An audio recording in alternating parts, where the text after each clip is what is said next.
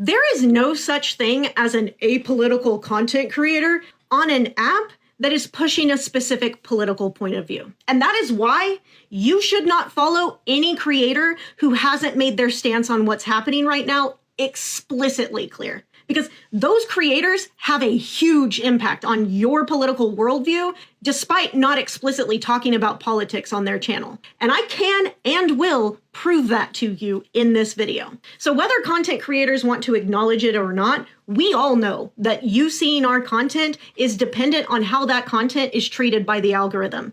And that knowledge impacts the type of content we put out. Again, whether we want to admit it or not. And when that algorithm that we're attempting to keep happy is written to privilege a specific political party or viewpoint, any decision that we make when interacting with that algorithm is inherently political in nature. And that isn't just my opinion, by the way, although my opinion on this specific topic is rooted in nearly 2 decades of professional experience as a digital strategist and now working as a full-time content creator myself. Researchers from Harvard and Columbia just published a new study on the impact that influencers and content creators have on their audience's political views. And contrary to what I imagine you might assume, non-political content creators who very rarely ever touch on politics at all had 3 times the impact on their audience's political views as explicitly political content creators like myself did. And if nothing else in this video is evidence that I am telling you the truth here, that last sentence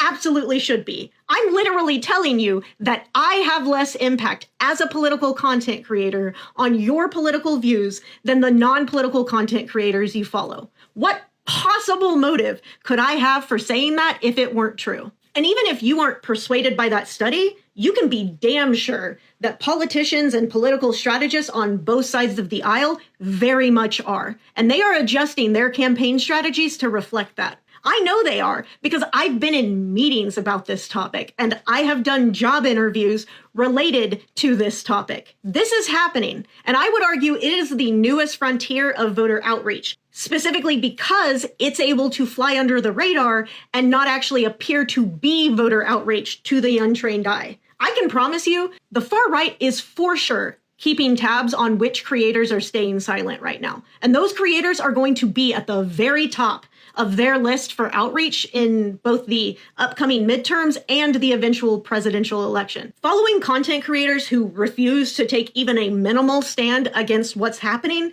doesn't just reward their cowardice by continuing to consume their content and help them make money. It also sets you up to be fed conservative propaganda without even knowing that that's what's happening. And I know that we would all love to believe that we're different and we would never fall for that kind of propaganda, but that just isn't true. It isn't how the human brain works. So you need to take steps now to protect yourself against that propaganda by unfollowing those creators entirely. Your mental health and our collective democracy will thank you for it later.